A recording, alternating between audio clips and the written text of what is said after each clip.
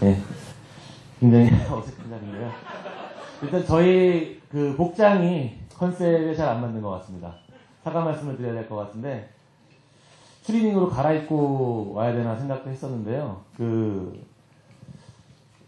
굳이 그 복장이 좀 컨셉에 안 맞더라도 여러분들이 이해해 주시리라 믿고요. 오늘 들어오면서 우선 이 홀의 이름이 너무 괜찮다고 생각을 했어요. 하하허허홀이더라고요. 어떤 복지를 굉장히 딱딱하게 어떤 강의식으로 듣는 게 아니라 어떤 우리가 가깝게 그리고 재미있게 접할 수 있는 그런 기회를 만들어 주신 이 기획을 하신 분들께 다시 한번 감사를 드립니다. 우선 소개를 드리겠습니다. 저는 사회를 맡은, 그러니까 큰 역할을 아무것도 맡지 않은, 주된 역할을 맡지 않은 김정환이라고 합니다. 현재 연세대학교 법학전문대학원에서 연구교수를 하고 있습니다. 네, 먼저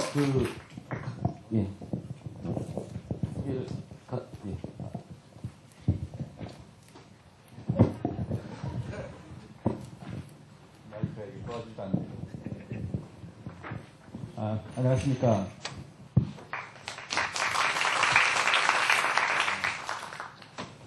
상당히 어색하군요. 마치 그 TV 프로그램 해피투게더 그 한 장면 속에 들어와 있는 것 같군요. 저는 이제 한겨레 신문에서 오랫동안 그 기자 생활을 했고요.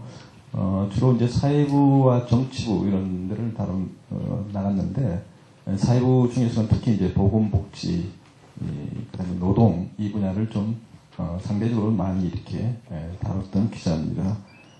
기자 생활을 좀 오래 하다가 지난 6월 8일 날 한겨레 신문에서 한겨레 사회정책연구소를 만들어서 지금 소장을 맡고 있습니다. 반갑습니다. 안녕하세요. 저는 임성규입니다. 현재는 서울시 사회복지사협회 협회장을 하고 있고요. 그리고 복지국가 사회복지연대를 만들었죠. 거기서 같이 이제 상임대표단으로 일하고 있습니다. 아마도 이번에 그 12.6 재보궐선거에서 서울시 사회복지사협회가 이례적으로 박원순 후보에 대한 공개적 지지를 했기 때문에 여기까지 불려오는 것 같습니다. 그래서 이야기를 좀 잘 풀어왔으면 좋겠다. 아주 재밌게 했으면 좋겠다 생각이 듭니다. 감사합니다. 아주 귀한 두 분 모셨습니다. 첫 번째 세션의 주제는 10월 26일 날 있었던 보궐선거와 관련된 것이 주된 내용이 됩니다. 그 보궐선거와 관련된 각 후보의 어떤 정책에 대한 평가, 그리고 앞으로의 전망, 그리고 이것이 더 나아가 내년에 이제 우리나라 사회에 가장 중요한 총선과 대선이 있는 해인데요. 그 총선과 대선까지 연결되면서 대한민국의 복지국가가 어떠한 방향성을 가질 것인가라는 부분에 대한 이야기입니다. 어쩌면 오늘 이루어지는 세 가지 세션 중에서는 가장 진지한 세션이 될 겁니다. 그래서 아마 제일 앞에 배치를 해서 여러분들이 조금씩 더 즐거워지도록 하는 것 같습니다. 제가 질문을 하나 드리려고요. 혹시 1970년대 후반에 서울대학교가 학과로 모집했는지 계열별로 모집했는지 모르시는 분? 거의 박원순 후보의 그 학적 문제가 되면서 당시엔 법학과로 모집한 것이 아니라 사회계열로 모집했다라는 게 굉장히 널리 알려졌죠. 지금 모르신다고 손 든 분도 몇 분 안 계십니다. 또 질문을 하나 할게요. 서울 강남에 유명하다는 클리닉에서 1년 동안 피부를 관리하기 위해 드는 비용은 어느 정도 될까요? 라고 했을 때 전혀 감이 안 오시는 분 없죠? 이 두 가지 질문에 여러분들은 굉장히 들어본 이야기라고 아마 생각을 하실 거예요. 그런데 박원순 후보와 나경원 후보의 복지정책의 차이, 예컨대 박원순 후보가 어린이집을 짓기 위해서 어린이집 몇 호를 건설하겠다고 공약을 했다라든지, 또는 그 예산 확보를 위한 어떠한 그 대책을 가지고 있었는지 정확히 아시는 분, 정확히까지는 아니더라도 그 어떤 큰 구조적인 정책 방향을 알고 계신 분은 아마 많지 않은 것 같습니다. 이번 선거는 그 선거의 방향이 우리 사회 복지의 방향과 굉장히 중요한 어떤 순간이었음에도 불구하고 선거 진행 자체가 굉장히 양 후보 간의 네거티브전으로 가면서 국민들에게 그리고 심지어는 일선에서 사회복지를 공부하는 저희들에게도 복지와 관련된 이야기를 많이 전달해주지 못한 것 같아요. 어쩌면 오늘 이 자리는 그것과 관련돼서 굉장히 소중한 이야기를 들을 수 있는 자리가 될 것 같습니다. 우선 가장 이제 총평으로서 10월 26일 서울시장 재보궐 선거의 이제 유세와 정책 토론 등 여러 가지 선거와 관련된 과정이 있었는데 거기에 대한 총괄적인 평가를 우선 이창곤 소장님으로부터 먼저 들으면서 시작하도록 하겠습니다. 반갑습니다. 네. 투표 다들 하셨죠? 네. 투표 안 한 분 한번 발 들어보시죠? 다들 하시네요. 네. 아무래도 이번에 사회복지사 내지는 예비 사회복지사 분들은 아마 어느 때보다도 이번 11.6 재보궐선거에서 관심이 아마 많았지 않았나 싶습니다. 사회복지 단체 연대회의, 여기 이제 회장님도 계시지만은 거기서 이제 토론회를 했고, 사실은 한겨레 사회정책연구소 함께 했던 토론입니다. 그런 정책 토론회도 열고, 아쉽게도 나경원 후보가 이제 불참을 했지만은, 박원순 후보는 와서 정책 공약을 설명하고 또 경청하는 그런 자리도 또 있었고, 또 사회복지사 협회에서, 서울시 사회복지사 협회에서도 공개적으로 아까 우리 회장님 말씀 한 바대로 지지를 또 표명했고, 그래서 어느 때보다도 아마 관심을 많이 나타냈고, 그리고 또 적극적으로 선거를 좀 지켜봤지 않았나 싶습니다. 그래서 사실은 여기 계신 분들 다 아시는 부분이죠. 어느 때 선거보다도 사실은 최악의 네거티브 선거들이다 이렇게 얘기할 정도로 좀 네거티브가 있었죠. 꽤 있었습니다. 사실은 저희 기자 생활 중에 많은 선거를 이렇게 지켜봐 왔지만은 네거티브 점이 없었던 선거는 거의 없었죠. 네거티브는 있었고, 그리고 항상 정책 선거 말을 하지만은 제대로 된 정책 선거를 해본 바가 사실은 아주 드뭅니다. 지난 6.2 지방선거 때 무상급식 이런 게 하나의 정치적 공방을 이렇게 보인, 그때가 좀 그래도 그나마 정책 선거라고 붙일 수 있지만은, 과거에 이렇게 정책 선거라고 이렇게 할 만한 것은 그리 많지 않았습니다. 그럼에도 불구하고 어쨌든 네거티브 전후 점철된 그런 측면이 있었다고 하지만은, 그럼에도 불구하고 상당히 이번 어떤 선거는 상당히 의미가 큰 선거였다고 이렇게 봐집니다. 그것은 이제 여러 가지 측면에서 볼 수 있는데, 우선 시민 후보가 이겼다 이런 어떤 이제 언론의 헤드라인들이 있었는데, 그렇습니다. 그러니까 기존의 어떤 정치의 틀을 좀 이렇게 새롭게 바꾸라는 그런 시민들의 요구와 갈망 이런 것을 좀 엿볼 수 있는 그런 선거였다. 그러니까 보통 이제 정당 정치의 위기 이렇게 얘기하는데, 사실은 개인적으로 볼 때 지난 11.6 선거는 정치의 위기가 아니라 정당 정치의 위기라고 얘기할 수 있겠죠.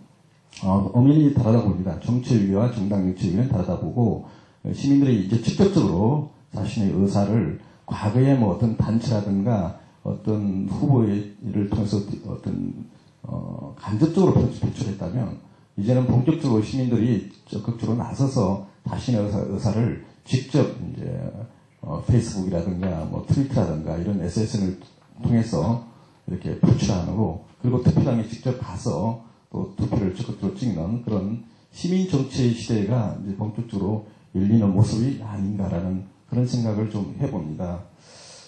그리고 사회 정책 내지는 복지 측면에서 봤을 때도 11.6 선거의 선택은 역시 이제 좀 복지스러울, 그래도 또 복지라고 했을 때 그냥 복지가 아니라 좀 더 좀 확장된 복지, 즉 보편적 복지를 좀 더 희망하는 그런 어떤 요구와 갈망 이런 것이 좀 녹여 있는 그런 선거가 아니었나 그런 생각을 해봅니다. 네. 그 선거의 의미에 대해서 이창곤 소장님께서 잘 말씀해 주셨습니다. 조금 더 덧붙여서 혹시 그럼 당선된 시장님의 어떤 방향성이라든지 이런 부분에 대해서 좀 더 보충해서 설명을 해 주실 수 있을 것 같은데요. 임성규 대표님께서. 양측이 이제 복지를 바라보는 눈이 좀 다르죠. 나경원 후보는 이제 어쨌든 오세훈 전 시장이 가지고 있었던 복지는 필요한 사람에게만, 그리고 복지를 취약계층에게만 줘야 된다는 생각을 좀 가졌던 거죠. 그대로 오세훈 시장이 가졌던 생각을 그대로 이제 나경원 후보가 그대로 이렇게 가져갔고, 그리고 이제 박원순 시장님은 결국은 이제 복지 확대를 얘기했던 것 같아요. 그래서 이제 정확히 이제 여러분들과 저가 이제 고민해야 될 부분들은 사회복지가 뭐냐, 사회복지를 단순히 가난한 사람에게만, 사회적 약자에게만 주어지는 게 사회복지냐라고 했을 때 저는 그거를 좀 프레임을 좀 넘어서야 된다는 생각을 좀 가져요. 그래서 사회복지라고 하는 거는 가난한 사람과 부자, 그 다음에 장애인과 비장애인, 그리고 또 어른과 아동이 함께 어우러져 살아갈 수 있는 그런 사회적 틀을 만드는 것들이 진정한 사회복지가 아니냐라고 생각을 했을 때, 이렇게 놓고 비교를 하면 나경원 씨가 가지고 있는 그 사회복지 틀은 상당히 자녀적인 사회적 취약계층들에게만 줘야 된다라는 생각을 좀 가졌던 것 같고요. 그리고 이제 박원순 시장님이 가졌던 것은 복지의 확대, 보다 많은 사람들이 복지를 체감할 수 있는 것들. 그래서 이제 정책의 기조도 보면 결국은 제가 이제 협회에 있다 보니까 가끔 그런 전화들을 받아요. 나경원 후보가 어디 시설을 간다. 예를 들어서 방화육복지관에 전화가 갔다. 아니면 상록원에 어디가 전화가 갔다. 다 대부분 얘기가 어르신을 위해서, 아니면 아이들에게 책 읽는 엄마 역할을 하기 위한 사진 몇 컷을 찍기 위해서. 그러니까 그런 식으로 사회복지를 접근한 거죠. 근데 이제 박원순 후보 같은 경우는 이제 그런 게 아니라 진지하게 시민들의 의견을 들으려고 하는 경청의 의미가 있었다라고 하는 것들. 그런 의미에서 보면 그 복지를 생각하고 있는 차이가 확연히 좀 구분되지 않았나 이런 생각이 듭니다. 갑자기 드는 생각인데요. 저는 뭐 그렇게 진행을 해본 적이 없습니다만, 여기 만약에, 나는 꼼수다의 김어준 총수가 계시다면, 그럼 나경원 씨는 복지를 왜 얘기하는 거야? 씨발! 이럴 것 같지 않으세요? 저는 제가 지금 그렇게 욕을 한 게 아니에요. 이렇게 좋은 자리에 제가 욕을 할 수는 없는 거고요. 아마 나는 꼼수다에서 그랬을 거다라고 추측을 하는 건데, 지금 조금 이제 진영 간에, 그리고 어떤 정치적 성향을 달리하는 분들 간의 복지관에 대해서 말씀을 해주셨는데, 이창훈 소장님께서는 직접적으로 어떤 토론회라든지 이런 부분에서 양 진영 간의 복지 논리에 대해서 많이 접해보셨을 테니, 거기에서 조금 더 보충적으로 얘기해 주실 게 있으실 것 같아요. 그러니까, 복지관의 차이라든지, 진보와 보수의 차이라든지, 어떤 이번 선거에 두드러지게 나타난 경향성에 대해서 좀 보충해 주실 게 있으시면, 요건 본인의 요금이 아니죠? 저는 인용한 겁니다, 인용. 낙곰수를 빌어서 이렇게, 그렇군요. 저도 사실은 젊었을 때 욕 많이 했습니다. 그런데 하고 싶지만은 워낙 영남의 양반가에 태생돼서 욕은 안 합니다. 욕은 안 하고. 두 후보 간의 복지 공약을 이제 좀 나름대로 살펴봤습니다. 사실은 이제 우리가 흔히 이제 복지 그랬을 때, 좀 많은 오해가 있습니다. 이제 이건 진보 내지는 사민주의 세력, 좀 더 이제 서구적 표현을 하면, 그런 세력만 복지를 얘기하는 걸로 많이 얘기를, 하고 있지만, 사실은 그렇지 않고, 복지는 진보의 전유물도 아니고, 이념적으로는 사실은 보수라도 얼마든지 복지를 또 할 수 있고, 역사는 또 그렇게 보여왔고, 이거는 서구나 또 우리 역사에서 확인할 수 있는 대목이죠. 그래서, 어떤 한나라당이든, 아니면 민주당이든, 또 진보정당이든, 다들 이제 복지를 얘기하고, 그래서 한마디로 이제 복지가 대세인 시대가 됐죠. 예전에 사실은 복지 이렇게 얘기를 하면, 아마 80년대 아마 한창 민주화 운동 드셌고, 또 그럴 때는 복지를 얘기하는 사람들은 상당히 그 당시에는 복지 운동단체 일한다든가 하면 복지 얘기하면 상당히 계량주의적인 얘기다 이렇게 해서 상당히 좀 배관세했던 그런 시대적 분위기에 비해서는 상당히 격세지감을 느낄 정도로 오늘 복지는 상당히 오늘날 시대 정신이다 대세가 되고 있기 때문에 이거는 어느 정당이든 피할 수 없는 그런 과제고 화두가 되겠습니다. 그래서 나경원 후보도 사실은 복지 포퓰리즘 이런 걸 많이 주창한 분 중에 한 분이죠. 오세훈 전 시장 못지않게 복지 포퓰리즘을 얘기를 했던 분이지만은 사실 이번에 서울시장 선거에 뛰어든 이후로는 나경원의 정책 공감 이런 제목으로 사실 초기에는 하루에 하나씩 정책을 내놨습니다. 그 정책을 보면 어르신 정책 이렇게 이런 것도 있고요. 장애인 3단계 자립 프로그램 이런 것들을 발표하면서 또 복지 현장에도 좀 가고 그래서 남들 복지를 강조를 했습니다. 박원순 서울시장 또한 수를 바꾸는 박원순의 희망생법 이런 이름으로 복지 공약을 중심으로 한 10대 프로젝트를 이렇게 내놨습니다. 그래서 양쪽에서 다 나름대로 복지를 얘기를 했습니다. 그래서 사실은 이번 선거가 정책 선거 형태로 뛰지 않았기 때문에 시민들은 잘 그 내용들을 접할 수는 없었고 또 잘 들을 수는 없었지만은 분명히 양 후보 다 복지를 얘기했는데 문제는 어떤 복지인가라는 측면에서 분명히 차이를 뒀고요. 그 점에서는 우리 임 회장님께서 말씀하신 대로 좀 크게 보면 선택적 내지는 선별적 복지적 경향을 보인 어떤 측면에 나경원 후보 측면하고 보편적 복지 측면을 보인 박원순 후보의 어떤 정책적 내용의 차이를 확인할 수 있습니다. 그런 어떤 정책적 내용은 좀 더 뒤에 자세히 말씀을 드릴 수 있는 기회가 있다면 하겠지만은 사실은 보다 더 중요한 거는 저는 확인했고 본 거는 이런 어떤 정책을 어떤 식으로 수렴하느냐, 의견 수렴 과정, 이런 정책 설명 과정, 이런 것이 더 확연히 좀 차이가 있었다, 볼 수 있습니다. 그래서 사실은 사회복지사들이라고 하면 복지 현장 일선에서 그야말로 직접적으로, 피부에 와닿는 그런 어떤, 복지 집행일 뿐인데, 그분들의 목소리를 듣는 그런 자리에 오고 지우지 않고 또 오고 이런 차이는 얼마만큼 이렇게 복지 정책을 실질적으로 들으려고 하고 있는가 이런 거를 좀 보여줄 수 있는 그런 측면이 있기 때문에 그 부분에서는 상당히 아쉬운 대목이 많죠. 네. 또 얘기하고 싶은 이런 겁니다. 또 뭐냐면 지금 우리 사회가 복지를 얘기할 때 보편적 복지에 선별적 복지로 자꾸 이렇게 몰아가고 있잖아요.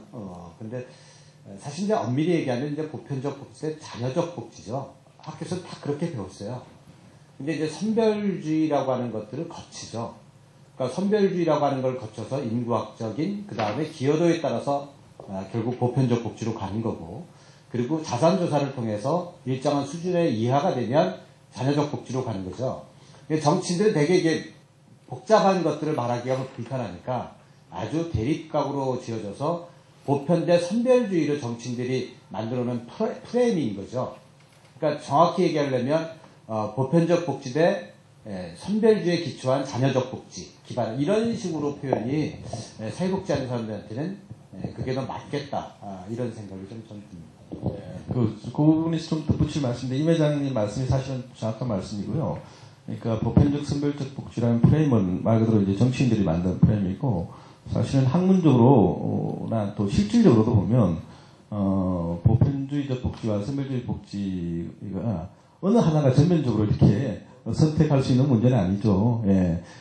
때로는 그 보편주의 복지가 적합할 때가 있고, 때로는 또 선별주의 복지가 훨씬 더 유용하고 훨씬 더 효율적이고 훨씬 더 가까이 갈 수 있는 그런 측면이 있기 때문에, 그래서 보편적 복지와 선별적 복지는 대립구도는 아니고요. 적절하게 활용할 보편적 복지라는 그 전체적인 철학에 기반을 해서 끌고 가지만은 예컨대 이제 그 재원의 문제라든가 여러 가지 어떤 그 상황과 또 문화적 특성 이런 것들을 고려해서 선별적 복지를 해야 될 때가 또 있고 그것이 또 더 좋을 때가 분명히 있습니다. 그래서 이제 정확하게 좀 말을 하면 사실 이제 구분해야 될 것은 말씀대로 보편적 복지와 자녀적 복지로 구분을 하는 건데 학문적으로 보면 이거는 이제 복지 국가를 얘기할 때 보통 이제 이 보편주의적 복지 국가와 자녀적 복지 국가 이렇게 이제 하는 개념이고요. 외국에서는 이제 뭐 자녀적 복지, 선별적 복지,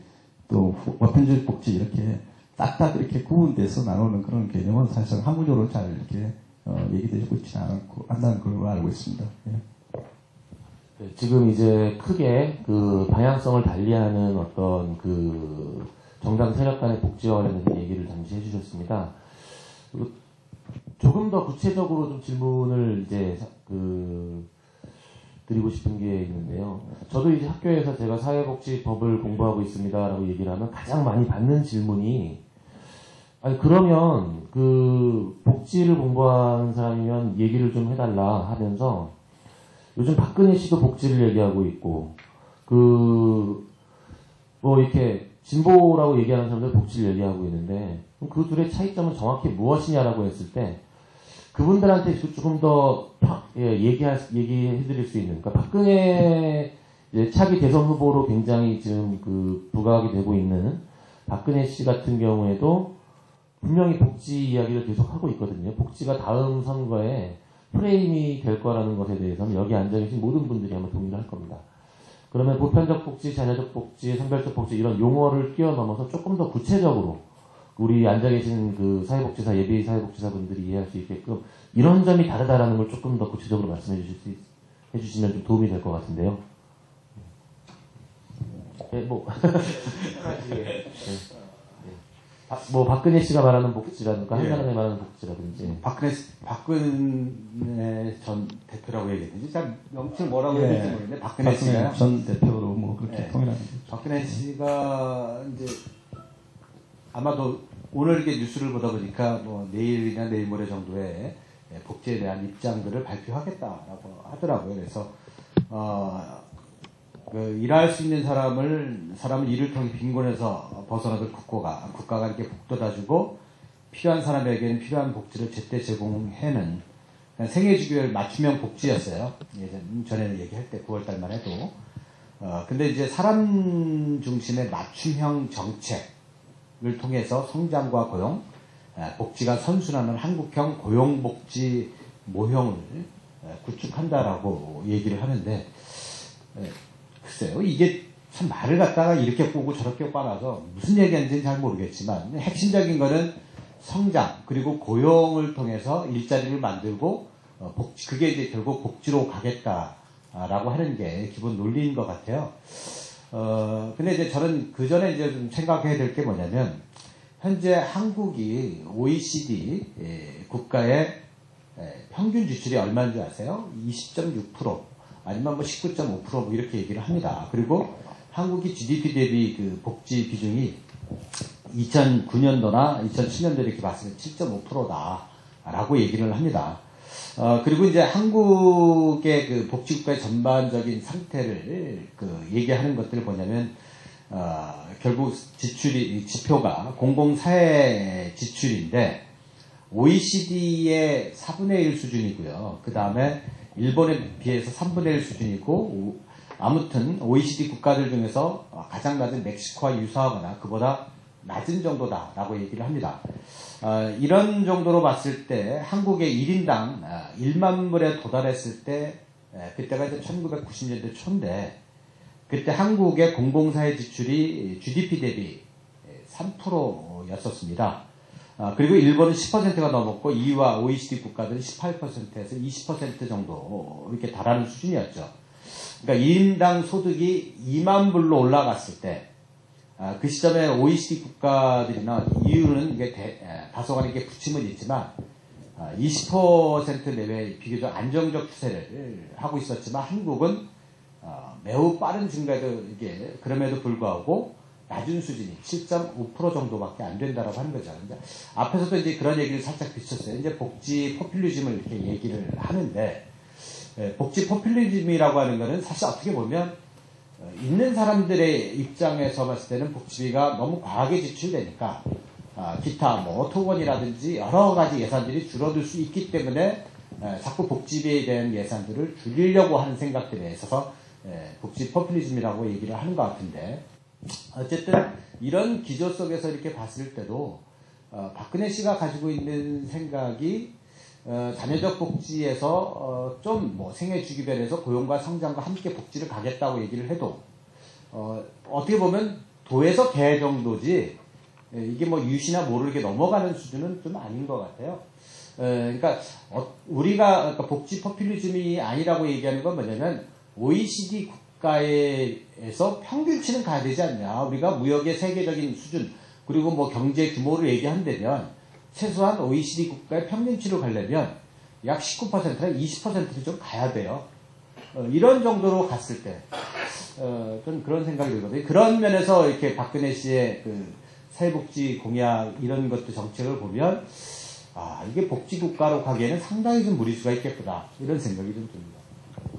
네, 덧붙여서 좀 말씀을 드리자면 사실은 이제 박근혜 전 대표가 이제 복지를 지난해부터 이제 좀 강조를 하고 올해 초에 이제 그 사회보장 기본법에 대한 공청회를 통해서 어느 정도 복지에 대한 어떤 거친 생각들을 좀 발표를 하고 그래왔고 여전히 이제 복지의 나름대로의 보수의 아이콘으로서 자기 정립을 하려는 그런 모습을 보이고 있습니다. 근데 그의 반면에 이제 이쪽 상대적으로 이제 그 진보 진영이라고 할까요? 진보 계획 진영이라 할까요? 이쪽에서는 뭐 복지를 넘어서 이제 복지 국가를 이제 얘기를 하고 있습니다. 그래서 복지와 복지 국가의 차이 이런 측면에서 우선 이제 엿볼 수 있는데 그렇지만 이제 박근혜 전 대표의 복지의 그 실체는 아직 다 이제 드러나 있지 않습니다. 그러니까 아직도 이제 그 구체적으로 어떤 생각을 갖고 있는지, 면 이제 일부분은 뭐 이제 사회보장 기본법 공청회 때 그리고 며칠 뒤에 이제 고용 정책에 대한 어떤 발표를 하는 걸로 이렇게 예정되어 있습니다. 그래서 앞으로 이제 그쪽에서 계속 이제 복지 얘기를 하면서 정책을 좀 더 이제 좀 선도적으로 복지 정책을 발표하려고 아마 그런 어떤 계획을 아마 갖고 있는 걸로 알고 있습니다. 그래서 아직은 박근혜의 복지는 이거다라고 이렇게 딱 잘라서 얘기하기는 좀 쉽지는 않는데 크게 봐서 이제 개념적으로 그쪽에서 얘기하는 거는 지속 가능한 복지라는 말을 작년에 이제 좀 표현을 했고요. 올해 들어와서는 이제 생애 맞춤형, 생애 주기형 맞춤형 복지라는 표현을 강조를 하고 있죠. 그래서 그런 걸 통해서 박근혜 의원이라든가 박근혜 의원을 함께하는 사람들이 복지에 대한 약간의 생각을 좀 엿볼 수가 있습니다. 근데 이제 그래서 아직은 박근혜 의원 전 대표의 복지를 좀 다 볼 수는 없는 것입니다.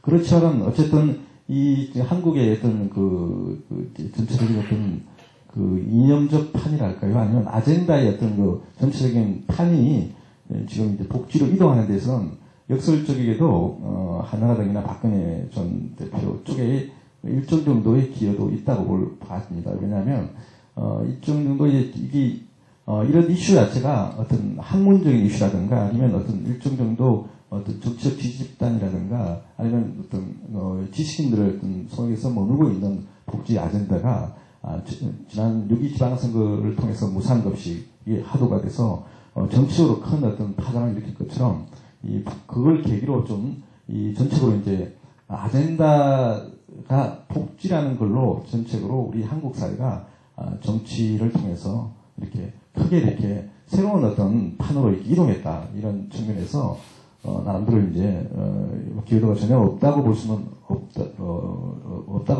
없다는 생각이 듭니다.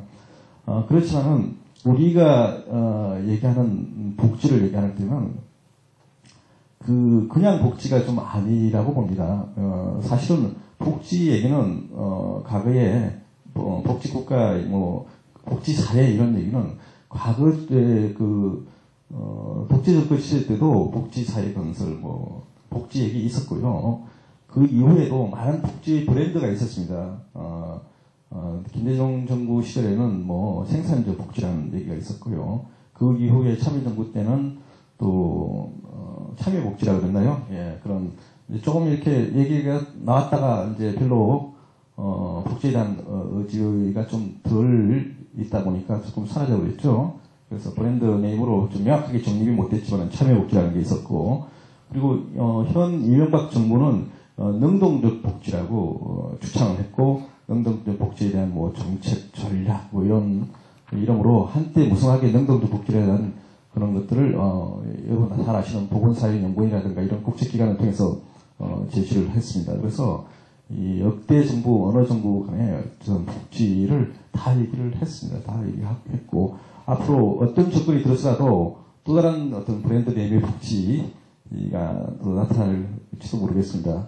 그렇지만 우리가 오늘날 복지 얘기할 때는 그런 단순히 이제 복지 확충이 아니라 사실은 우리 사회의 근본적인 어떤 그 틀을 좀 바꾸는 그런 어떤 복지, 그건 그야말로 그냥 복지라는 개념을 뛰어넘어서 복지 국가라는 그런 틀로 나아가야 되지 않겠나, 이런 측면에서 오늘 복지 얘기는 단순히 복지 확충이 아니라 우리 사회의 근본적인 틀을 바꾸는, 그렇다면 그 틀을 바꾸기 위해서는 단순히 복지 정책만이 아니라 복지 정책, 그 다음에 노동 정책, 그 다음에 그 경제 정책, 그 다음에 더더구나 또 우리의 지속 가능성이 있는 사회를 만들기 위해서는 생태에 대한 고려, 환경에 대한 고려, 이런 것이 총체적으로 어우러지는 그런 어떤 정책적인 패키지를 통해서 우리 사회를 근본적으로 좀 더 나은 세상으로 바꾸려면 이런 어떤 복지국가 담론으로 좀 이렇게 질적 전환이 이루어져야 되고, 그런 어떤 측면에서의 어떤 얘기가 좀 나와야 된다, 이렇게 봐지고요. 그런 측면에서 보면 양쪽에 아직도 이제 분명히 차이가 있고요. 점점점 앞으로 이제 박근혜 전 대표가 복지 정책을 발표를 하고 또 그에 대응해서 또 여러 또 복지 담론들이 나올 텐데 아마 지켜보시면 상당히 그 차이를 점점 더 확인이 이제 앞으로 등등 확인할 수 있고 또 한번 재미있게 이렇게 살펴볼 또 필요도 있다고 봅니다. 예. 예, 그 복지라는 것의 확충, 그러니까 복지를 어떤 분야로 보아서 그걸 확충하는 내용이 아니라 또 근본적으로 복지 국가라는 틀을 크게 잡고 그 사회 각 분야의 어떤 그 발전과 개선에 있어서의 복지의 방향성, 이런 부분으로 이렇게 말씀을 해주신 것 같습니다. 저희가 어떤 지금 현재 그 양 정치 그 정당 세력 간의 복지 정책 이런 것들을 잠시 비교를 했었는데요. 오늘의 주제는, 원래 주어진 주제는 저기 혹시 글씨 보이세요? 저기 여러분 오른편에 보시면 신서울시장 그리고 복지사회라고 되어 있죠. 이제 그럼 신서울시장님에 대한 이야기를 또 좀 해봐야 될 것 같습니다.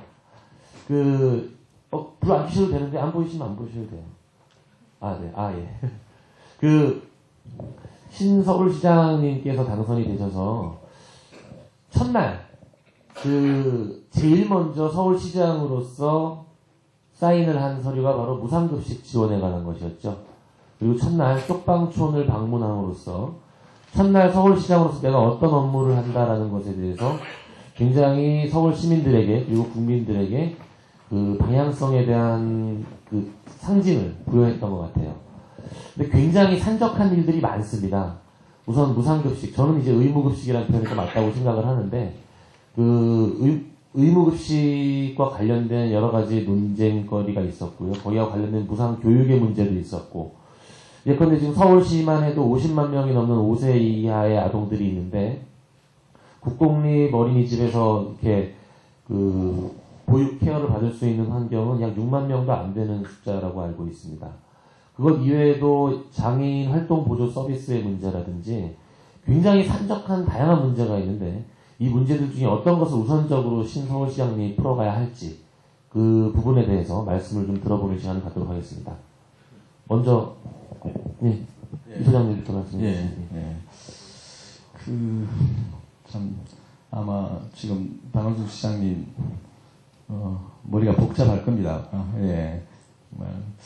사실은 그 단체장 더더구나 이제 4년도 사실은 좀 모자랍니다. 사실은 어떻게 보면 어떤 정책을 펼치는 데 있어서 4년이라는 기간도 제가 보는 경험적 견지에서는 짧습니다. 왜냐하면 보통 시장에 들어서면 어떤 현황 파악을 해야겠죠. 뭐 우리 시에 뭐 도대체 어떤 정책이 필요한지, 또 우리가 또 정책을 펴려면 또 얼마만큼 돈이 드는지, 또 돈은 있는지, 뭐 이런 걸 좀 따져봐야 되거든요. 그렇게 해서 그 과거에 뭐 본인이 선거 과정에서 이러저러한 어떤 공약을 많이 했다 하더라도 실제로 또 그 후보 시절하고 당선자가 된 이후의 시절은 뭐 180% 다른 어떤 처지에 놓이게 됐다고 볼 수 있습니다. 그래서 박원순 서울시장 같은 경우는 지금 서울시 같은 경우는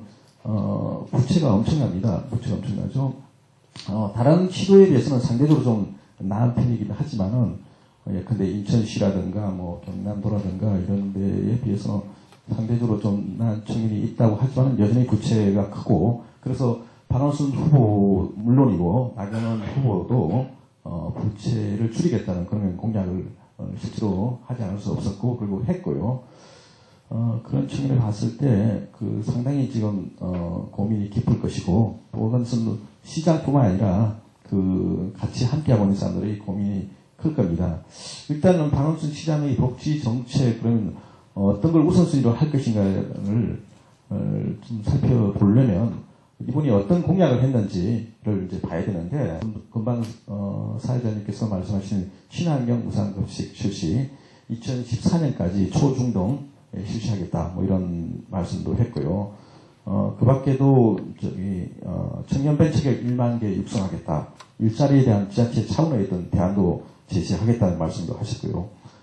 그리고 사회복지단체 연대회의와 한겨레사회정치연구소가 주최한 토론회에 참석하셔갖고, 사회복지단체 연대회의가 마련한 7대 요구안, 7대 요구안의 내용은 뭐, 임 회장님께서 더 자세히 말씀드릴 수 있겠지만은, 사회복지 예산을 전체적으로 30% 늘리겠다, 늘려라.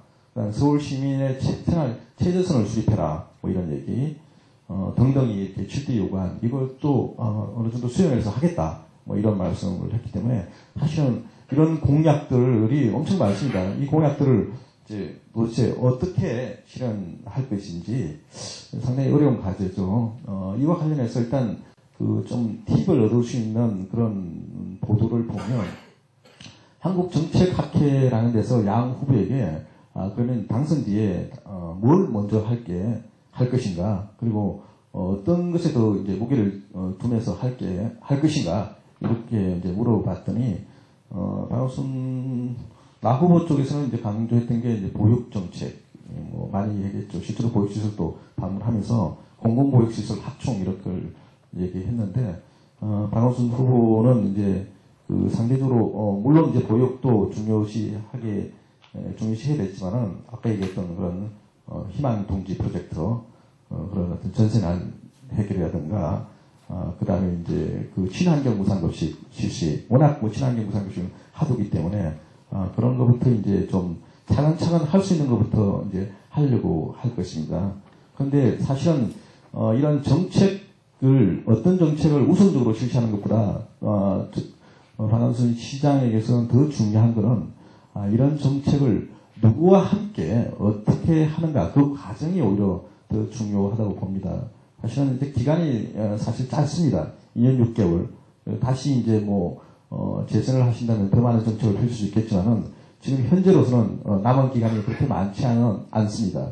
그 많지 않는 기간에 뭐 큰 성과를 거두겠다는 목표보다도 오히려 기존에 있는 잘못된 어떤 정책들을 좀 적절하게 폐기하고 거기서 일정 정도의 예산을 좀 많이 확보를 해서 우선 이제 국민적인 하도가 된 친환경 무상급식 실시라든가 이런 것도 하고, 전세난 해결이라든가 이런 어떤 직접성 없는 그런 어떤 희망 동기가 실제로 실현될 수 있도록 힘을 쏟는다든가, 기타 취약계층 노숙인이라든가 뭐 이런 어떤 안티 파버티 정책 이런 것들을 좀 우선적으로 실시하면서 좀 나아가야 되지 않을까, 그런 생각을 해보고요. 가장 중요한 거는 박원순 시장은 우선적으로 해야 될 것은 사실은 이제 그런 어떤 어떤 시민들이 직접 참여할 수 있는 그런 가버넌스의 틀을 좀 빨리 구축을 해서 시민과 함께하는 정책 집행 이런 어떤 거를 한번 선보이는 것들이 필요할 것 같습니다. 영국의 뉴캐슬시 같은 경우는 이제 청소년 어린이 이런 예산이 있으면 그 20%를 사실은 어린이들이 뭘 알겠나 하지만은 어린이들하고 청소년들이 직접 이렇게 20%를 예산을 우리가 이렇게 쓰고 싶어 할 때 그걸 수용해서 직접 이제 써놓은 뭐 이런 어떤 모습을 보이는데 이런 것처럼 직접 이제 그 복지 어떤 그 당사자들이 직접 참여할 수 있고 또 시민이 참여할 수 있는 그런 가버넌스 구축하고 그리고 그 예산을 빨리 파악을 해서 예산을 어떻게 잘 조정할 수 있는지 그런 문제가 더 시급하고 중요한 과제가 아닐까 그런 생각을 해봅니다. 다 얘기해 주셔갖고 저는 이제 앞에서 이제 잘 설명을 해주셨기 때문에 전 두 가지 이제 비슷한 얘기예요. 또 하나는 뭐냐면 벌써 이제 공무원들의 꼼수가 좀 보여요. 어제 박원순 시장이 이제 업무 브리핑을 이렇게 봤는데 신문에 나온 거죠. 중앙일보에 나왔는데 서울의 사회복지시설연대회의나 서울복지시민연대나 여타에서 이제 얘기한 게 서울의 예산 약 20조 5천억 정도에서 현재 4조 한 2, 3천억 정도 되는 사회복지 예산, 총계 예산이 21.4%인데 이 21.4%를 30%로 늘려라라고 얘기를 했어요. 근데 이제 예산과장이 브리핑을 하면서 한강 르네상스 뭐 이런 거 저런 거 다 줄일 수 있는 게 한 5천억 정도 된다. 그런데 박 시장이 공약을 한 게 있기 때문에 사회복지 예산을 2% 늘려서 30%로 가겠다. 계산법이 다른 거죠. 거긴 계산은 어떻게 했냐면 뭐 자치구에 지원하는 비용, 뭐 교육청 지원 다 빼고 나면 사업비가 실제 15조 정도 이렇게 되는데 15조 정도에서 복지가 차지하는 비용이 28.4%라는 얘기예요. 그렇기 때문에 2%만 지원하면 30%가 된다. 벌써 이제 꼼수가 우리는 총계 예산으로 가서 30%를 늘리자라고 얘기하는데 그 사람들은 사업비 대비로 해서 2% 늘리면 30%가 된다. 라고 해서 이제 그렇게 이제 공무원들의 꼼수가 지금 나오고 있다라는 생각이 들어요. 뭐 그런 것들 가서 이제 자꾸 이제 페이스북에 저도 이제 올리곤 하는데, 그러니까 결국은 중요한 건 뭐냐면, 박 시장님이 제일 먼저 예산의 규모, 예산의 파악을 먼저 명확히 좀 해야 될 거라고 생각하고, 두 번째로는 시민들의 참여를 적극 보장할 수 있는 거버넌스를 빨리 구축해야 된다라는 생각인 거죠. 근데 지금 이제 각 국, 그러니까 사회복지 관련해서는 여성국하고 복지국이 있어요.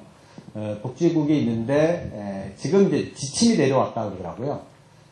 민관 거버넌스를 위한 TFT를 조직하라고, 지시가 내려왔다라고 하는데, 글쎄, 지시가 내려오면 공무원들이 움직여야 되는데, 공무원들이 도대체 어떻게 가야 되는지 감을 못 잡고 있다 그래요.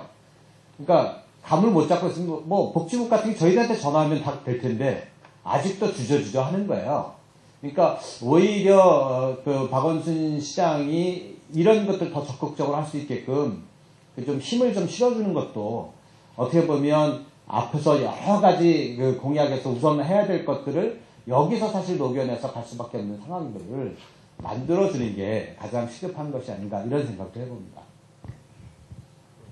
예, 우선순위 말씀을 하심에 있어서 무엇이 우선이다 이전에 어떤 의사결정 과정의 절차의 문제, 그래서 그 절차에 다른 많은 사람들이 참여할 수 있고 의견이 반영될 수 있는 이런 구조의 문제를 또 지적을 해주신 것 같습니다. 이제 어떤 의사결정과 관련된 말씀을 해주셨는데요. 조금 얘기 방향을 다른 걸 한번, 혹시 여러분들이 이것도 가장 궁금해 할 일인 것 같습니다. 이번 선거에서 가장 두드러진 게, 뭐 여기는 다 10대 사회복지사 지방장만 앉아 계신지 모르겠지만 20대부터 40대까지의 어떤 박원순 시장에 대한 지지율이 굉장히 높았습니다. 이 현상에 대해서 복지를 이렇게 현장에서 그리고 학문적으로 공부를 하시는 입장에서는 이 세대 간의 어떤 투표 차이의 양상이라든지 이런 부분에 대해서 또 어떻게 생각을 하시는지 한번 여쭤보고 싶은데요. 말씀을 좀 해주실 수 있나요? 그런 부분은 이제 선거와 관련돼서 꼭 사회복지와 관련된 건 아니겠지만 궁금해하시는 분들이 많이 있을 것 같아가지고요. 네. 네. 제가 먼저 총 맞는 것 같은데. 농담입니다. 예. 뭐 사실은 선거가 끝난 뒤에 언론의 분석이 뭐 진보 보수 언론 말할 것도 없이 이제 큰 특집 형태로 이제 줄을 이었죠. 전체적으로 이제 헤드라인들 제목을 보면 뭐 2040 세대의 분노 뭐 이렇게 이제 이런 제목도 있고요. 그 다음에 불안 이런 제목도 있고요. 트위터의 힘 뭐 이런 SNS의 힘 이런 특집도 이어졌고요. 그래서 전반적으로 이제 이번 선거의 어떤 박원순 시장의 압도적인 어떤 표 차이를 통한 승리에는 바로 이제 2030, 40 세대의 어떤 적극적인 지지, 내지는 압도적 지지였다. 뭐 이런 걸 이제 보여줬고요. 사실은 이제 이 현상은 뭐 어제 오늘의 일은 아니었지만은 이번 선거 과정에서는 이제 보다 더 명백하게 이제 더 이제 심화된 그런 양상을 보여줬습니다. 한국 정치 과정에서 사실은 이제 일반적으로 가장 큰 변수는 이념적 변수도 있었지만은 사실은 지역 변수였습니다. 그래서 영남이냐 호남이냐 이런 그에 따른 뭐 얘기들이 얼마나 많습니까? PK니 DK니 뭐 이런 얘기도 다 이제 이런 지역 변수가 한국 정치를 그동안에 정치 발전을 가로막았던 절대적인 어떤 걸림돌이었다고 본다면 이런 것이 점점 이제 해체되고 좀 더 이제 어떤 자기의 생활적 기반에 밀착된 그런 계급 투표 양상이라든가 그리고 더 나아가서는 좀 세대별로 이렇게 서로 다른 어떤 그런 세대별 투표 양상 이런 게 앞으로 한국 정치에서 어떤 그런 변수가 되고 있고 요인이 되고 있다는 것을 좀 확인할 수 있었고요. 이런 세대 투표 경향에는 단순히 세대들이 뭐 이렇게 서로 이제 젊은 세대는 원래 진보적이고 그다음에 보수 세대는 좀 나이 든 세대는 보수적이 아니냐 이런 이념적 경향보다도 사실은 각 세대들이 안고 있는 어떤 여러 가지 문제 20대라면 대학을 힘들게 또 그럼 대학을 들어가서도 많은 등록금을 치렀고, 그렇지만 대학을 나와도 사실은 취업하기 쉽지 않는 그런 어떤 현실 문제. 30대 같은 경우는 이제 직장 막 들어갔는데, 사실은 큰 꿈을 갖고 들어갔는데, 들어가서 보니까, 사실은 선배들 보니까, 별 희망이 없어 보이는 그런 측면. 40대 같은 경우는 너무나 힘들죠. 저도 이제, 정말 이제 둘 키우느라 한겨레신문의 월급이 좀 사실은 저도 좀 괜찮은 대학 나왔다고 보는데 사실 월급 생각하면 상당히 좀 어렵습니다. 제가 책을 펴냈는데 좀 많이 팔아주세요. 농담입니다. 사실은 좀 어렵죠. 연금, 여기 우리 노후대책 제대로 세울 수 있는 분 얼마나 될까요? 연금 생각하면 소득 대체율은 계속 이제 떨어져 왔고, 그리고 집 마련하는데 얼마나 많은 시간을 또 노력을 보내야 됩니까? 그래서 이런 어떤 문제를 정치와 그 다음에 우리 사회의 어떤 나름대로 역할을 하고 있는 어떤 집단과 세력이 풀지 못함으로 해서 결국 이제 이런 것이 투표로 이제 나타나고 있지 않느냐 이렇게 이제 볼 수 있겠습니다. 보니까 이제 20대는 69.3%가 박원순 후보를 지지를 했고 30대는 75.8%, 40대가 66.8%가 이렇게 나왔죠. 어쨌든 어떻게 보면은 이명박 대통령이 됐을 때 많은 사람들이 어쨌든 기대했던 거는 이제 경제 문제에 대한 것들이 그래서 40대가 돌아서서 어쨌든 이명박 대통령이 당선됐다고 얘기를 하죠. 그런데 이명박 대통령이 당선되고 나서 우리 사회가 어떻게 될 갔냐라고 했을 때 오히려 이제 우리 사회는 신자유주의 세계화로 인해서 결국은 사회적 양극화가 더 벌어지고 그리고 사회적 안전망들이 점점 이렇게 촘촘해지는 게 아니라 더욱더 벌어지고 힘들게 되는 이런 상황 속에서 뭐 20대들의 그 등록금의 문제라든지 취직의 문제라든지 30대는 이제 갓 직장에 들어가서 결혼하고 전세 문제라든지 뭐 아이들의 문제, 뭐 40대도 마찬가지고요. 이런 문제들이 결국은 이런 식의 사회 구조로서는 이제 더 문제가 되겠구나라고 아마도 20, 30대, 40대가 판단을 한 것 같아요. 그 판단 속에서 이제는 내가 무관심하기 때문에 정치에 대해서 초연하고 이런 게 아니라 오히려 정치에 좀 더 성에 안 차지만요. 뭐 그렇다고 해서 투표율이 48%밖에 안 나왔잖아요. 한 60% 정도까지 갔으면 뭐 한 20, 30% 정도 차이로 이겼을 텐데 어쨌든 그 선거 과정에서 이제 적극적인 참여 거꾸로 생각해보면 좀 이런 생각도 들어요. 뭐냐면 저녁 7시에서 8시에 투표했던 사람들이 45만 표입니다. 45만 명이 투표를 했는데 이기는 거는 약 30만 명 정도로 이긴 거예요. 그랬을 때 약 45만 명 중에 투표한 사람들이 거기에는 뭐 거의 절대 다수가 박원순 후보였다고 하는 거죠. 만약에 이것이 그 전까지로 얘기한다면 오히려 불리했을 수도 있겠다. 막판에 젊은 사람들이 투표장으로 갔기 때문에 그런 일들이 벌어지지 않았나 이런 생각도 해봅니다. 네, 그 세대별 어떤 투표 양상 그거를 단순한 어떤 세대의 문제가 아니라 사회 안전망의 문제라든지 이런 식으로 좀 풀어주셨습니다. 저희에게 주어진 시간이 이제 10분도 남지 않았습니다. 3시 반까지가 이제 저희에게 주어진 시간인데요. 사실 준비한 질문은 지금 아직 반 정도도 안 끝났습니다. 하지만 사회자의 가장 큰 덕목은 시간을 지키는 거라고 제가 배웠었습니다. 그래서 시간을 반드시 지켜야 하는데요. 그래도 꼭 하나 질문을 해야 되는 게 있습니다. 특히 여기에는 사회복지사분들이 많이 와 계신데요. 우리 예비 사회복지사분들. 이번 선거에서 저는 운전하다가 라디오 뉴스에서 그 사실을 처음 듣고 굉장히 놀라고 반가웠는데, 사회복지사협회, 서울시 사회복지사협회에서 공식적으로 지지 후보를 밝히는 어떤 이런 움직임을 보여주셨어요. 거기에 대해서 회장님의 말씀을 한번 꼭 들어보고 싶거든요. 여러분도 듣고 싶으시죠? 예, 말씀을 좀. 논평 한번 해주시고. 네, 그 현상에 대한 논평을 잠시 들으시고, 회장님의 어떤 말씀을 듣겠습니다. 정말 그렇습니까? 네. 같이 다 겪어야 됩니다. 네. 이런 것 같습니다. 뭐냐면, 사회복지사협회가 뭐 하는 단체냐라고 하는 겁니다. 사회복지사협회는 이제 고유 기능이 사회복지사들의 권익과 처우를 위한 거고요. 또 하나는 사회복지사들의 전문성을 좀 더 깊게 위한 교육을 하는 전문성 강화를 위한 그런 협회이기도 하고 또 제가 이제 협회장이 되면서 얘기했던 건 뭐냐면 사회적 이슈, 그러니까 사회복지의 이슈를 사회적으로 공론화시켰다라고 제가 이제 협회장 출마를 했죠.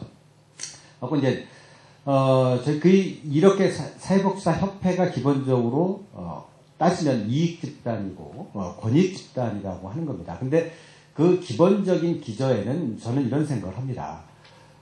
지금에 있는 사회복지의 구조를 봤을 때, 현재, 우리가 사회복지사들 인구가 1년에 7만 명씩 배출되고 있습니다. 사이버대를 비롯해서 각종, 7만 명 배출돼 있고, 그리고 현재 졸업을 앞둔 친구들은 각 학년에서 1명, 2명 취직하면 이제 잘 되는. 왜냐하면 예전에는 사회복지시설이 별로 이렇게 안 좋으니까 이직률이 많았어요. 그만두시는 분들이 많아가지고 사회복지사를 충원할 수 있는 기회가 많았는데 요즘은 이제 자리를 그만두는 사람이 없어요. 그러다 보니까 이제 사회복지 취직할 수도 없는 그런 상황들인데 그러니까 제가 작년에 봤을 때 이런 것들을 좀 봅니다. 사회복지사들의 처우가 8%가 올라갔습니다. 많이 올랐죠. 월급이 늘어나니까 좋은데, 근데 나중에 알고 보니까 사회복지기관의 시설기능보강비를 빼가지고 급여를 올려준 거예요. 윗도를 빼가지고 아랫도를 댄 이런 상태인 거죠. 이런 기조로 봤을 때 시장이라고 하는 거는 사회복지 환경을 확 바꿔낼 수 있는 사람이다라고 하는 판단을 하는 겁니다. 근데 사회복지 환경을 바꿔낼 때 보다 더 사회복지사들의 입장에서 어떤 사람이 정말 더 우리에게 유리한가를 좀 따진 겁니다. 그래서 이제 서울에 저도 이제 사회복지시설연대의 각 직능단체 장님들하고 10개하고 서울사협회하고 이제 모여서 이제 오세훈 시장이 이제 아웃을 했습니다. 자기가 이제 퇴진하겠다고 하고 그 다음 주에 다른 회장님들은 이제 그런 거에 대한 별로 관심이 없었는데 한번 긴급하게 모입시다 라고 얘기를 해서 모였죠. 모여가지고 이번 기회에 우리가 내지르고 싶은 거 한번 다 해결해보자. 우리가 원하는 게 뭔지 한번 다 끄집어내보자 라고 해서 이제 공약집을 한번 만들어보자라고 했는데, 공약집이 각 협회별로 뭐 서울관협회, 노인관협회, 장애인복지관협회 이렇게 올리라고 하니까 너무 내용이 완전히 좀 이상한 거죠. 이해관계, 뭐 예를 들어서 생활시설에서는 상하수도 감면 문제까지 막 들어가더라고요. 그래서 이렇게 가면 시장이 후보들이 쳐다보지도 않는다. 어떻게 하냐? 이걸 카테고리로 이렇게 좀 묶어놔야 된다. 그리고 묶되 사회복지사들의 밥그릇의 문제는 좀 뒤로 놓고 좀 더 보편적이고 좀 더 예산을 좀 확대할 수 있는 방향으로 가자라고 해서 서울의 예산을 21.4% 30% 늘리는 것, 서울복지 기준선을 만드는 것, 그리고 시민들이 이용하기 편리하게 사회복지시설과 인력을 인프라를 확대하는 것. 그 다음에 나온 얘기가 사회복지 관리 운영비가 너무 물가에 반영이 안 돼 있다. 그래서 관리 운영비를 물가에 반영시켜라라고 하는 것. 그 다음에 처우 개선도 공무원의 수당을 포함해서, 반들 수당을 포함해서 사회복지사 처우를 동일하게 가자. 그리고 사회복지사 내에서 노숙이든 자활이든 지역아동센터든 너무 처우가 갭이 있는데 그 갭을 똑같이 하자. 그래서 뭐 단위로 봉제, 그래서 동일 노동, 동일 임금으로 가자. 그 다음에 이제 그 다음에 위탁제도, 그 다음에 거버넌스 문제를 얘기를 했습니다. 이제 이거를 하면서 이제 저희들이 각 후보들한테 10월 6일인가요? 한 수요일쯤인가 목요일쯤에 이제 갖다 드렸어요. 이 자료하고 공문하고 후보자 토론에 참석을 해달라고 했을 때 박원순 후보 쪽에서는 참여를 하겠다. 그랬을 때 나경원 후보 쪽에서 이제 압박을 하는 거죠. 박원순 후보는 온다는데 안 올 거냐. 안 와도 우리는 한다. 그러면 올래 안 올래? 그런 거죠. 그래서 결국은 나경원 후보 쪽에서 결국은 온다고 얘기를 했고, 그리고 그 당일 전날 못 오겠다. 이유가 뭐냐 하니까 질문지가 편파적이다. 그리고 절차를 안 밟았다. 뭐 이런 얘기를 하더라고요. 그래서 이건 말이 안 되는데, 질문지는 뭐 별로 이상한 얘기도 아닌데, 질문지 한겨레 정책연구소에서 질문지 몇 개 주시고 제가 다 작성을 해서 제가 보냈는데 그렇게 얘기하더라고요. 그래서 근데 결국은 못 왔습니다. 근데 사회복지사들이 그날 좀 분노를 했죠. 왜냐면 사회복지계가 여지껏 정책 토론회를 하면서 시장 후보가 온 게 처음이에요. 시장 후보가 처음 와서 토론회에 임했는데 그 축제를 한쪽에서 완전히 짓밟았다라고 하는 거죠. 그래서 결국 나경원 후보가 안 왔어요. 근데 분위기는 이제 막 휩쓸립니다. 박원순 후보가 어쨌든 우리가 제안한 공약을 넘어서서, 예를 들어서 이런 것까지 얘기를 합니다. 시장한테 각 국에서 결제 라인이 올라옵니다. 결제 라인이 올라갈 때 각 국에서 그 결제를 할 때 그 사업에 있어서 관련 단체하고 시민단체하고 협조를 받았냐 안 받았냐가 결제란에 집어넣겠다라고 하는 겁니다. 그러니까 이것 자체는 예전에 복지로 보면은 공무원들과 갑과 을의 관계인데, 이제는 갑과 을의 관계가 아니라 이제 대등한 관계로 가는 거거든요. 우리가 협조를 안 해주면 결제 절대 못 받는 그런 구조가 되는 거예요.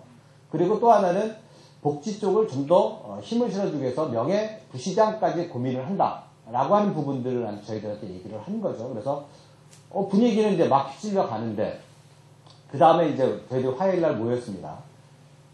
사회복지사연대회에서 어떻게 할까요? 지지성명 낼까요? 그랬더니 이제 그 전날 나경원 씨가 금요일 날 토론회에 안 나오고 나서 분위기가 휩쓸린 걸 보고 월요일 날 급히 한국사회복지사협회를 방문한 겁니다. 서울사협회를 방문해야지 맞죠? 근데 왜 한국사회복지사 대통령을 뽑습니까? 한국사회복지사협회를 가갖고 자기네 얘기를 하고 온 거예요. 그리고 이제 금요일 날 모여서 얘기했을 때 어떻게 하냐니까 직능단체 회장님들은 조금 부담이 되나 보더라고요. 왜냐면 이제 서울시부터 직접 보조금을 받고 또 이렇게 활동을 하는데 되게 제약이 되니까 그렇다고 박원순 후보가 완사이드하게 이기는 거였으면 힘을 팍 실키는데 그때까지만 해도 초박빙 그러니까 그럼 어떡하지? 그러다가 그러면 서울사협회만이라도 지지성명을 냅니다. 직능단체 회장님들은 그냥 알고 그냥 그러는가 보다라고 생각해 보십시오 라고 얘기를 했죠. 그리고 나서 이제 회장단회를 급히 좀 소집을 해서 그러면 이걸 어떻게 할 거냐. 근데 이제 그 전에 그 연대회에서 나경원 후보에게 한 번 더 기회를 주자. 어쨌든 그래서 기회를 주자 그래서 화요일 날 다시 공문을 보내고 비서진들한테 얘기해서 목요일까지 이 7대 공약에 대한 답을 달라고 얘기를 했습니다. 근데 만약 답을 안 오면 어떻게 하냐니까 그래도 전체적으로 지지 성명이 좀 쉽지 않다. 그러면 어쨌든 협회에서 한다 그래서 이제 회장단 회의를 거치고 목요일 날 그 오후에 저희들이 이제 회원들한테 다 사실 이 중대 사안이 있는데 회원들한테 다 이게 피드백을 받기까지 너무 시간적 여유가 없어요. 그러다 보니까 대의 체계가 있죠. 대의원 제도가 있으니까 대의원들한테 146명입니다. 146명한테 다 이 지지 선언을 하려고 하는데 이거에 대해서 어떻게 생각하십니까? 라고 이렇게 물어봤죠. 금요일까지 회신을 달라. 금요일까지 회신이 146명에서 75명의 회신이 왔습니다. 다행이죠. 75명의 회신이 와서 거기서 15명이 반대, 신중, 유보 이런 거고 60명은 찬성 이런 얘기가 나왔죠. 그러면 그 다음 날로 그러면 지지선언을 하자. 급히 그냥 토요일 날 지지선언을 했죠.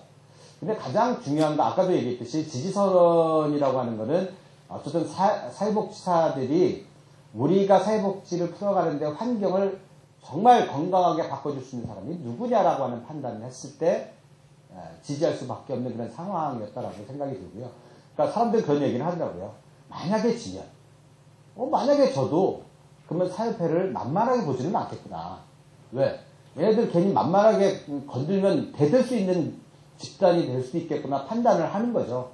그러니까 오히려 박원순 후보가 되면 우리의 사회복지 환경이 바뀌어질 것이라는 생각을 했던 거고 만약에 저도 우리는 그 문제에 대해서는 별 쿨하게 한번 생각하면서 가자라고 했는데 결국은 박원순 후보가 됐어요. 근데 그 다음날 저한테 전화 무진장 오더라고요. 축하합니다. 그래서 내가 질문했나?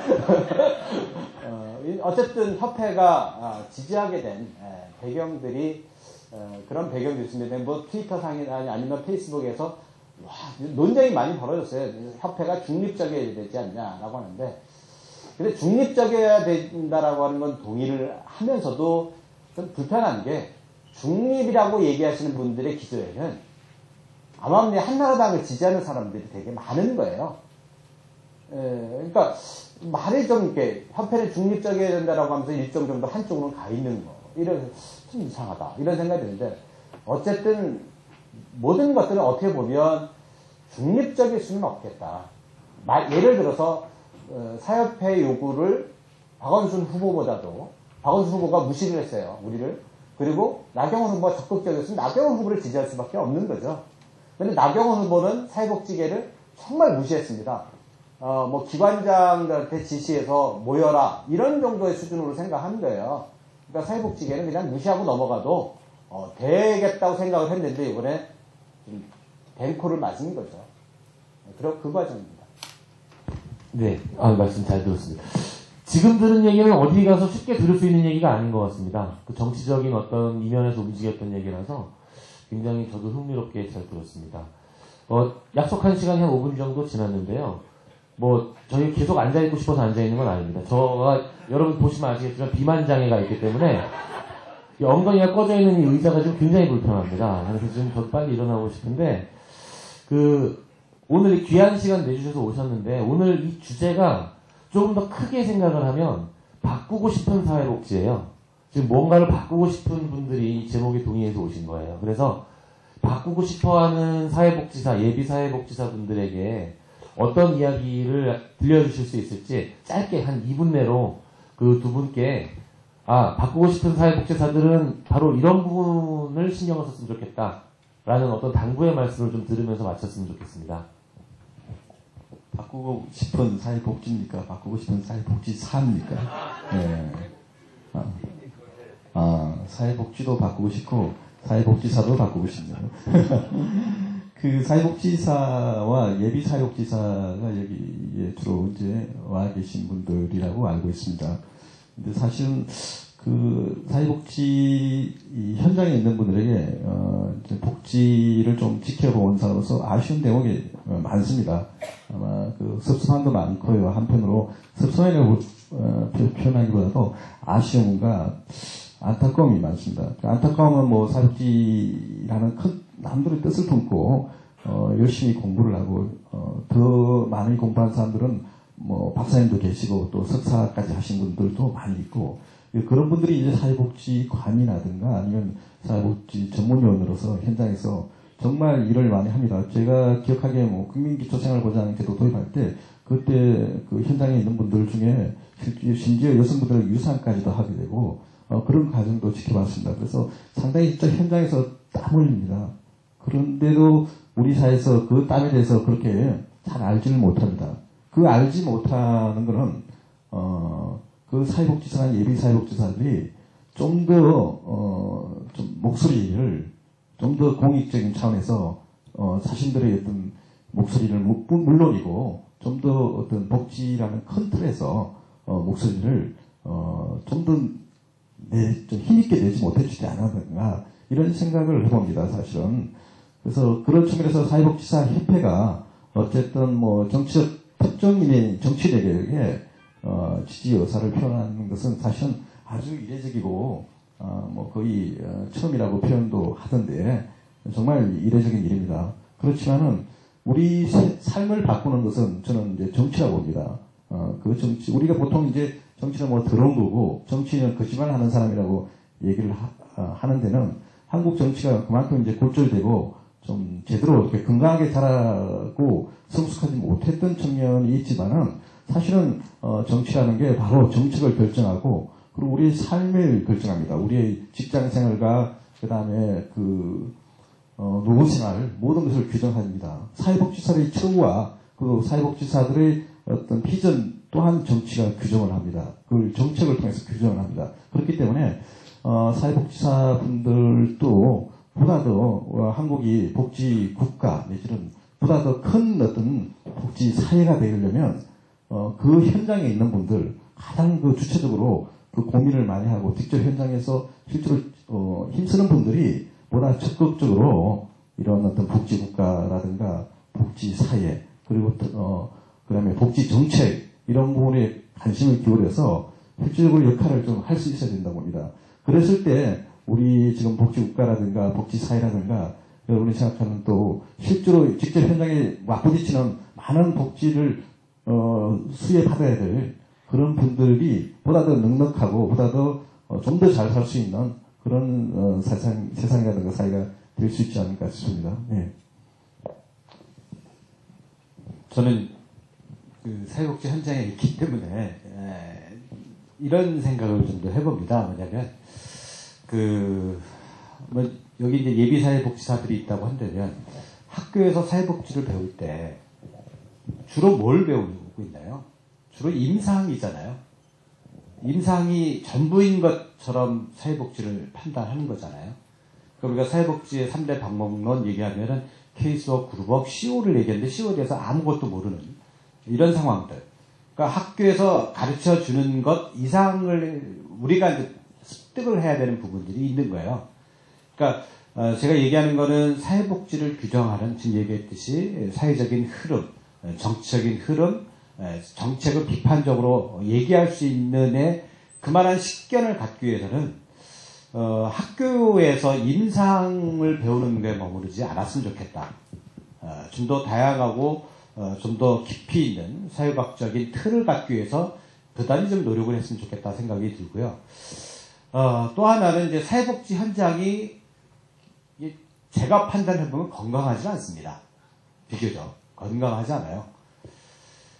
건강하지 않기 때문에 저와 여러분들은 어쩌면 동지가 되어야 되고 동역자가 되어야 된다고 생각을 합니다.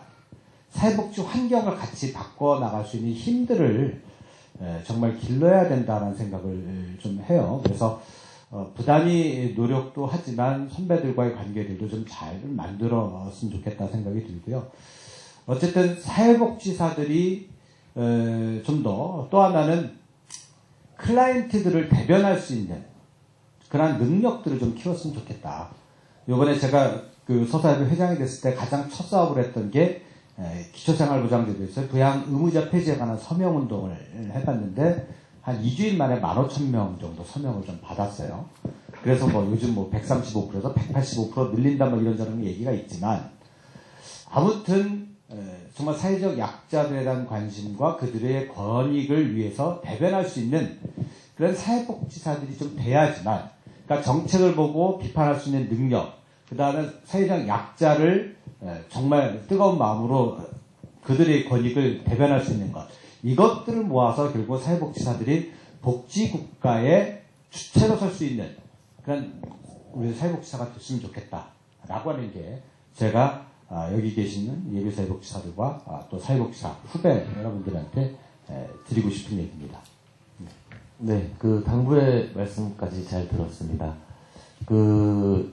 저는 학부에서 사회복지를 공부하지 않았습니다. 사회복지와 관련된 이제 그 공부를 나중에 시작을 하게 되고 또 사회복지관에서 일을 하면서 사회복지사분들이 다른 분야에 안 계신 사회복지를 하는 사람들만 공통적으로 쓰는 가장 좋아하는 영어 단어 3가지가 있더라고요. 라포, 슈퍼바이저, 번아웃. 예, 그죠? 예. 다른 분야 사람들은 라포, 그럼 뭐 이러거든요? 처음에 사회복지관 갔을 때 라포를 형성해야 되는, 뭐를 만들어야 된다는 거지? 막 이러는 거예요. 어쩌면 조금은 사회복지 현장에 계신 분들이 저기 정치 일선에서 일어나고 있는 선거, 이런 부분에 관련해서 어떤 공감대적인 걸 느끼셨는지 모르겠는데, 그런 것들을 어쩌면 이게 쉽게 해설해주는 자리였다고 생각을 합니다. 그리고 마지막으로는 우리 그 서울시 사회복지사협회 회장님께서 사회복지사분들의 권익에 대해서 말씀하셨습니다. 우리가 번아웃이라는 표현을 많이 쓰잖아요. 사회복지 현장의 일선에서 있는 사람들이 가장 먼저 어떤 소진되는 그 상황에 대한 어떤 우리들의 권리와 관련된 굉장히 소중한 말씀이었다고 생각을 합니다. 여러분들에게는 어쩌면은 1, 2, 3부 중에 가장 딱딱하고 또 약간 지루한 시간이었을지 모르겠지만 조금이나마 뭔가 이렇게 얻어가는 것이 있었다면 저희들도 매우 기쁜 시간이 될 것 같습니다. 자, 그럼 1부는 마치도록 하겠습니다. 감사합니다.